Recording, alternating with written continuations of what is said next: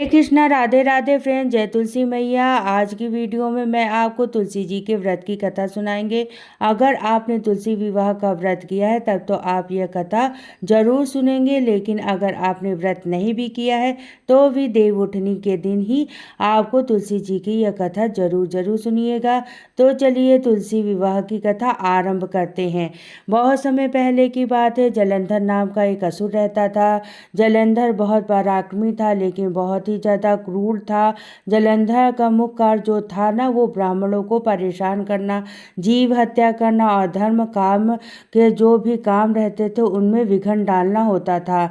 देवता तक जलंधर से बहुत ज़्यादा परेशान हो गए थे। सब जगह त्राहिमाम हो गया था। तो सारे देवता इकट्ठा होकर भगवान विष्णु के पास पहुँचे और भगवान विष्णु से प्रार्थना करने लगे कि उन्हें जलंधर नाम की इस मुसीबत से बचाए। भगवान विष्णु ने अपनी अंतर शक्तियों से पता लगाया कि जलंधर की जो शक्तियां हैं उसका स्रोत क्या है, उस शक्ति कहाँ से प्राप्त होती है। भगवान विष्णु को पता चला कि जलंधर की पत्नी विंदा बहुत ही प्रतिव्रता स्त्री है और उसके प्रतिव्रता धर्म के कारण ही जलंधर की सारी शक्तियां प्राप्त होती है और जलंधर कभी युद्ध में हारता भी नहीं है। जब तक जलंधर की पत्नी विंदा का पतिव्रता धर्म है तब तक जलंधर को कोई भी नहीं मार सकता है।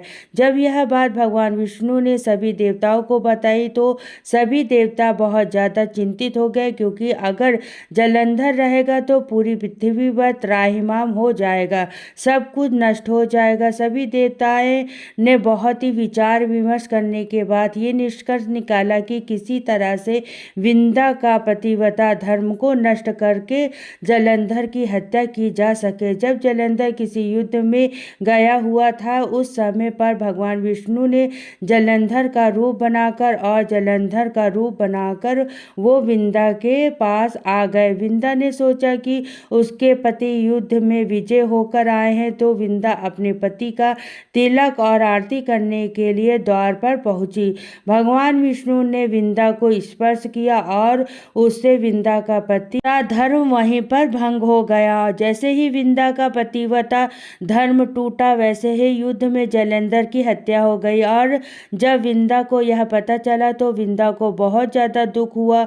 दुख होकर विंदा ने भगवान विष्णु को श्राप दे दिया कि जिस तरीके से मुझे छल से आपने हरा लिया है, उसी तरीके से आपकी पत्नी को भी छल से हरा जाएगा और उसको भी वही वियोग प्राप्त होगा। विंदा ने वहीं पर अपने आप को अग्नि में समर्पित कर दिया और विंदा सती हो गई। विंदा के राग से तुलसी का पौधा उत्पन्न हुआ। भगवान विष्णु को भी विंदा के साथ किया हुआ छल की वजह से बहुत ज़्यादा दुख हुआ। भगवान विष्णु ने विंदा को आशीर्वाद दिया कि देव उठनी एकादशी के दिन जो भी मनु तुलसी का विवाह भगवान विष्णु के स्वरूप शालिग्राम भगवान से कराएगा, उनके सभी प्रकार की मनोकामना पूर्ण होगी और विंदा के बिना तुलसी के भगवान विष्णु कोई भी भोग कभी भी स्वीकार नहीं करेंगे। इसके साथ ही भगवान विष्णु शालिग्राम रूप में हमेशा तुलसी जी के पास ही रहेंगे। इस तरीके से भगवान विष्णु ने तुलसी जी के यानी विंदा को आशीर्वाद दिया। तभी से तुलसी जी का विवाह भगवान विष्णु के स्वरूप शालिग्राम भगवान से कराया जाता है और भगवान शालिग्राम हमेशा तुलसी जी के पास ही रहते हैं। फ्रेंड, जो भी मनु तुलसी जी का विवाह शालिग्राम भगवान से संपन्न कराता है, उन्हें सभी प्रकार की मनोकामनाएं तो पूर्ण होती ही है। तुलसी जी का विवाह बिल्कुल उसी तरीके से कराया जाता है जैसे अपनी बेटी का विवाह कराते हैं। देव उठनी एकादशी से कार्तिक पूर्णिमा तक सभी भी तुलसी का विवाह करा सकते हैं। तो इस तरीके से तुलसी का विवाह भगवान शालिग्राम जी से कराया जाने लगा और जो भी तुलसी विवाह संपन्न कराते हैं उन्हें सभी प्रकार की मनोकामना श्री हरि विष्णु भगवान पूर्ण करते हैं। ये थी तुलसी विवाह की कथा। इसके बाद हम एक गणेश जी की भी कथा जरूर जरूर सुनेंगे।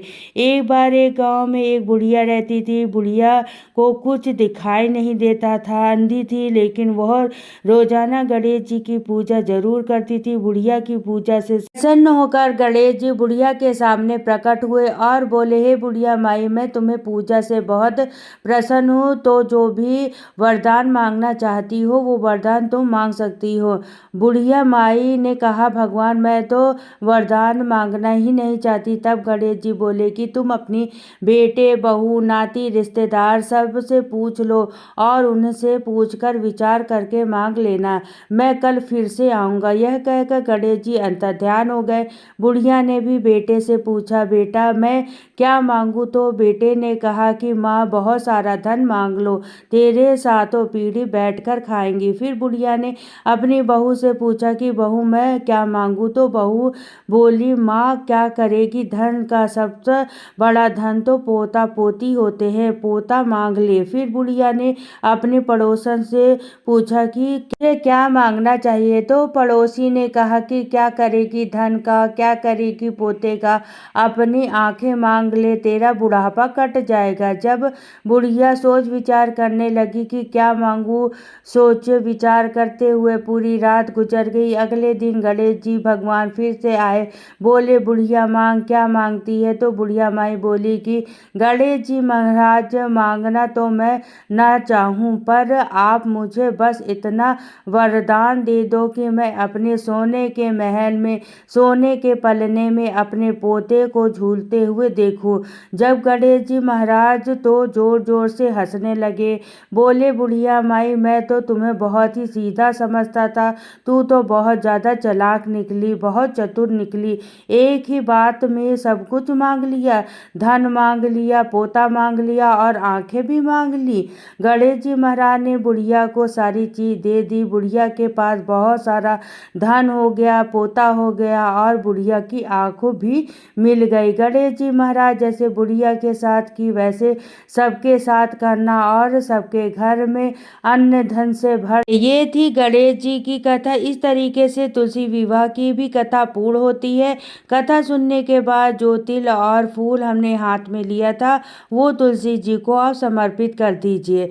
तो ये थी छोटी सी वीडियो। अगर वीडियो पसंद आई हो तो लाइक शेयर कमेंट जरूर करिएगा। चैनल पर पहली बार है तो सब्सक्राइब कर लीजिएगा। फिर मिलते हैं नेक्स्ट वीडियो में। तो सभी को राधे राधे, जय श्री कृष्ण, जय तुलसी मैया।